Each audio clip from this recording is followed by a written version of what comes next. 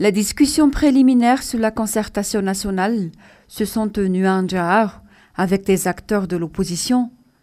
Il a été souligné que le sommet national devrait se tenir prochainement afin d'identifier des solutions aux différentes difficultés vécues dans le pays actuellement, notamment à propos des règles du jeu pour les prochaines élections.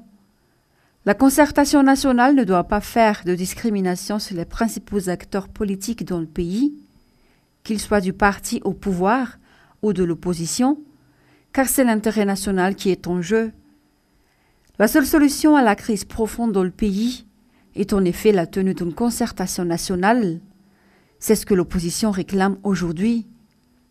C'est inévitable avant les prochaines élections, a déclaré Riv Rakoutvou, le coordinateur national du parti HVM, si nous voulons vraiment assurer la paix sociale et des élections crédibles à Madagascar. Cependant, l'intention du gouvernement d'organiser des élections transparentes et acceptées par tous dans le pays n'est pas encore claire. Le montant du budget nécessaire pour des élections véritablement libres n'est pas encore fixé par les tenants de pouvoir actuellement, selon encore les leaders de l'opposition. C'est dans cette optique que les membres du comité pour l'organisation de la concertation nationale ont été installés par des membres de l'opposition le 12 avril à Ndjahar. Madagascar est en pleine crise politique, économique et sociale actuellement, ce qui cause des manifestations ici et là, par manque également de stratégie de sortie de crise par le gouvernement et consorts. Une grève des étudiants, des enseignants et d'autres réclament même la démission du maire d'Antananarivo.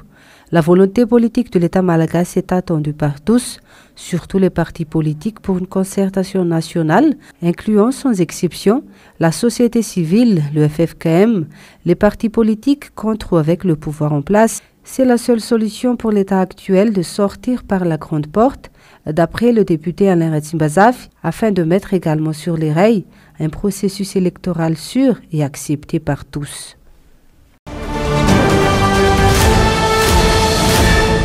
L'arrestation de Clémence Rarnirine par les forces de l'ordre samedi est une preuve que la démocratie n'existe plus à Madagascar. C'est mon droit selon elle de manifester, si on le fait pacifiquement et en respectant la loi.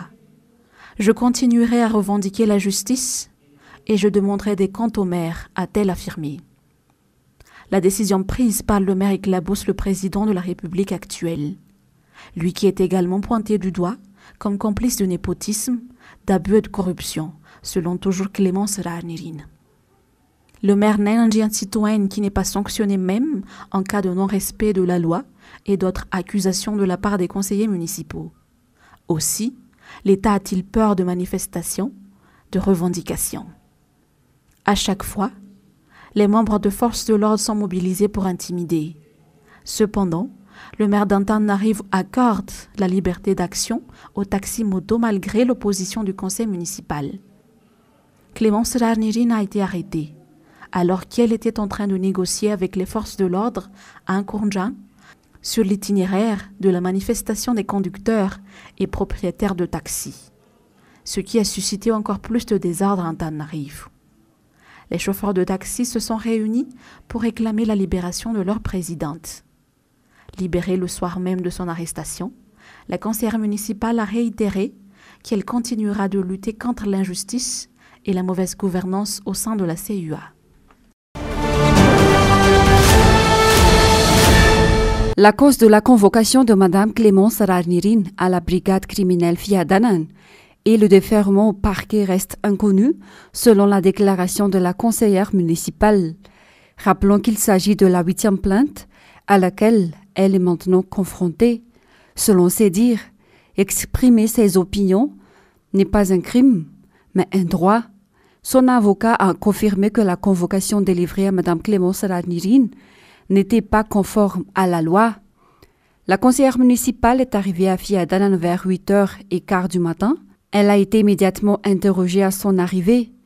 Après 15 minutes, elle a été immédiatement conduite au parquet après l'enquête. Et l'enquête a duré plusieurs heures. Les conseillers municipaux et les députés du Parti TIC Madagascar ont montré leur solidarité avec Clémence Rarnirine au Palais de la Justice à Nosy. Depuis l'année 2020, où la pandémie du Covid-19 a commencé à impacter sur le mode de vie dans le pays, la relation entre les membres de la communauté a été transformée à bien des égards. La fraternité et l'unité malgache ont été particulièrement touchées, notamment la relation familiale. Le proverbe « Isema Vangvang Tiekavan » expliquant la tradition de rendre visite à des proches semble complètement perdu depuis la présence du virus.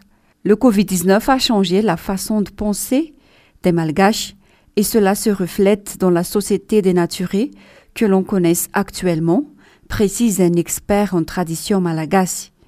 La pratique du vivre ensemble et de la communion familiale dans des rituels tels que la circoncision pratiquée pendant cette saison hivernale est déjà important pour pouvoir les restaurer. Beaucoup d'aspects de la société malgache doivent être examinés actuellement, après 2 années d'épidémie. Selon notre interlocuteur, le respect des valeurs traditionnelles et de l'équité doivent être pris en compte pour assurer le maintien de l'identité malgache. Les gardiens de la tradition estiment que la pandémie ne devrait jamais être un obstacle pour la pérennisation de la culture. Le respect mutuel et l'opportunité de se rencontrer doivent également être remis au goût du jour afin de reconstruire la société qui se détériore.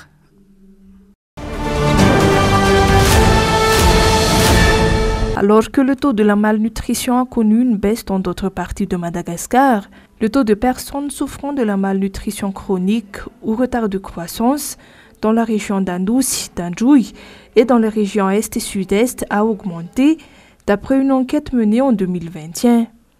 Inférieur à 40% au cours des 5 dernières années, ce taux de malnutrition chronique a actuellement connu une augmentation d'environ 6%. Ces 4 régions ont enregistré aussi une hausse des taux de la malnutrition aiguë, selon le professeur Floultina Andamari Daniel. Ces chiffres élevés sont dus au passage de l'épidémie de Covid-19 et les difficultés qu'elle a engendrées.